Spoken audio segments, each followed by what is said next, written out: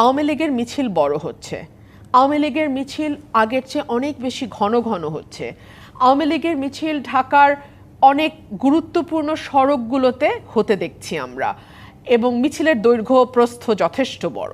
সুতরাং ঘরের পাশে আওয়ামী লীগ যে হাত পা গুটিয়ে বসে আছে তেমনটিও নয়। শুরুর দিকে আমরা যেমন তাদের মধ্যে কিছুটা হতবিহ্বল ভাব বা কিছুটা হতচকিত অবস্থা লক্ষ্য করেছিলাম, এই সরকারের ক্রমাগত উপর্যুপরি ব্যর্থতা তাদেরকে সেই সাহস দিয়েছে যাতে তারা কোনো রকম কোনো দুঃখ প্রকাশ না করে, কোনো রকম কোনো অনুশোচনা না করে আবারও বীর দর্পে পলিটিক্সে আসবার কথা চিন্তা করে। এবং ভেরি রিসেন্ট যেই ইন্টারভিউটা আমাদের প্রধান উপদেষ্টা দিলেন, সেখানেও কিন্তু তিনি বেশ কিছু জায়গা একটু হেইজি বা একটু অস্পষ্ট রেখেছেন। তিনি বলেছেন যে আমরা আওয়ামী লীগকে নিষিদ্ধ করিনি, তাদের কার্যক্রম স্থগিত আছে আপাতত, এবং তারা নির্বাচনে অংশ নেবে কি নেবে না এটা নির্বাচন কমিশন ঠিক করবে। বিষয়টির মধ্যে এক ধরনের, এবং সেই সাথে প্রধান উপদেষ্টা প্রেস সচিব শফিকুল আলম কিন্তু জানিয়েছেন এটি একটি ট্রান্সলেশন জনিত সমস্যা। আপনি এই বিষয়ে কি বলবেন? দেখুন, পলিটিশিয়ানরা যখন কোনো কিছু অ্যাভয়েড করতে চান, ওনারা পলিটিক্যাল সিকনেস বলে একটা কথা আছে, রাজনৈতিক অসুস্থতা, ওনারা হঠাৎ অসুস্থ হয়ে যান। ধরুন কোন একটা সমাবেশে আপনি যেতে চাইছেন না, কোন একটা মিটিং আপনি অ্যাটেন্ড করতে চাচ্ছেন না, আপনাকে কল করা হলে ইনভেরিয়েবলি আপনি বলবেন আমি অসুস্থ। এটাকে আমরা বলি পলিটিক্যাল সিকনেস।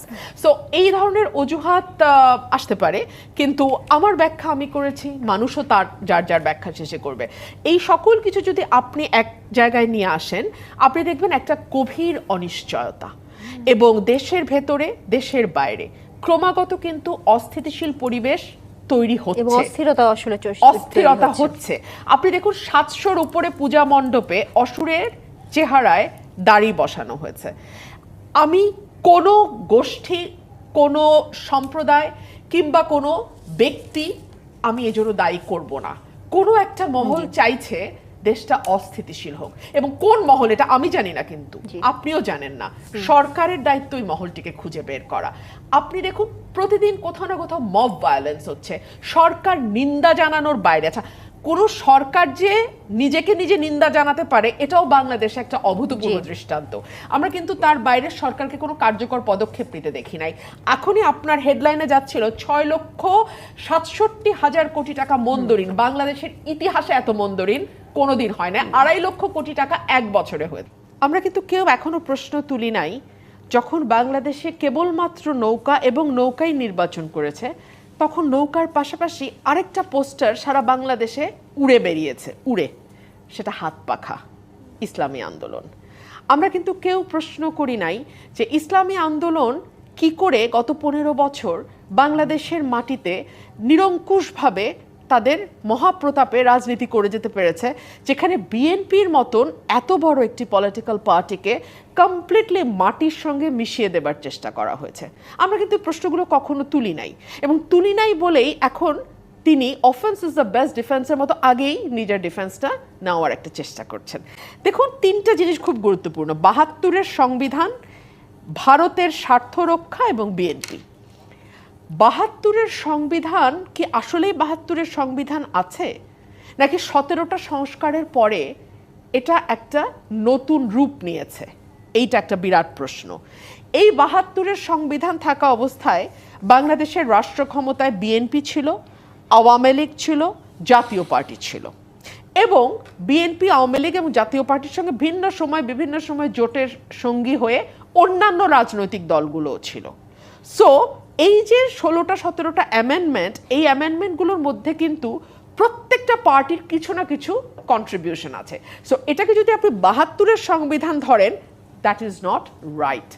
ভারতের স্বার্থ, বাংলাদেশে গত 15 বছর আপনি যদি গণতন্ত্রের পক্ষে বলতেন, মানুষের ভোটের অধিকারের পক্ষে বলতেন, আইনের শাসন, ন্যায় বিচার, বৈষম্য নিরসনের কথা বলতেন, আপনাকে একটা কথা দিয়ে থামিয়ে দেয়া হতো: আপনি মুক্তিযুদ্ধের চেতনার বিরোধী এবং আপনি রাজাকার শাবক। এই শব্দটা আমার মনে আছে, কারণ আওয়ামী লীগের তথ্যমন্ত্রী আরাফাত একটা বিরাট কলাম লিখেছিল যে রাজাকার শাবকদের বাংলাদেশে বাস করার অধিকার আছে কিনা।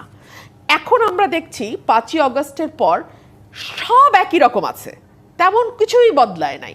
নতুন নতুন অনেক কিছু যুক্ত হচ্ছে, মব কালচার যুক্ত হয়েছে, বাড়ি বাড়ি ঢুকে ডাকাতি যুক্ত হয়েছে, অনেক কিছু যুক্ত হয়েছে।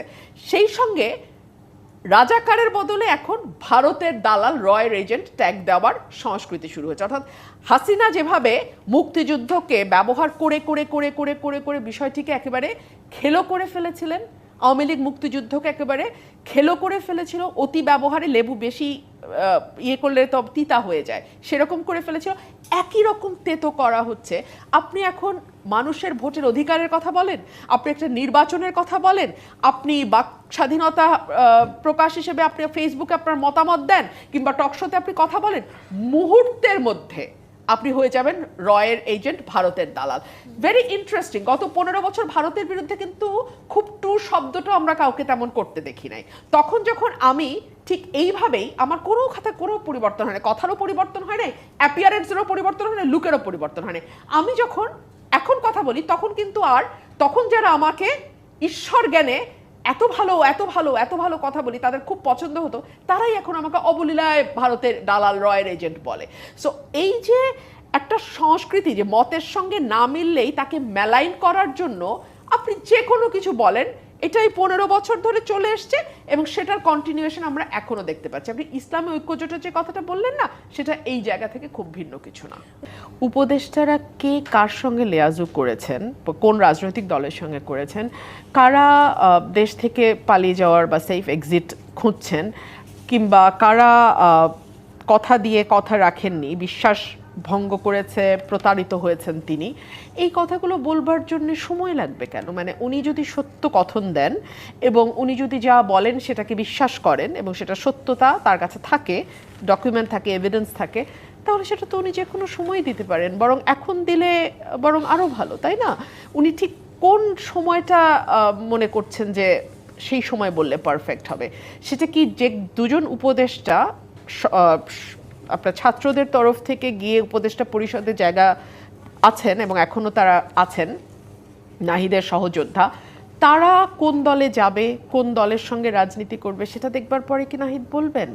বা সেইটার দিকেও কি তিনি তাকিয়ে আছেন যে সেই সিদ্ধান্তের উপর আসলে তার অনেক কিছু বলা না বলা নির্ভর করছে?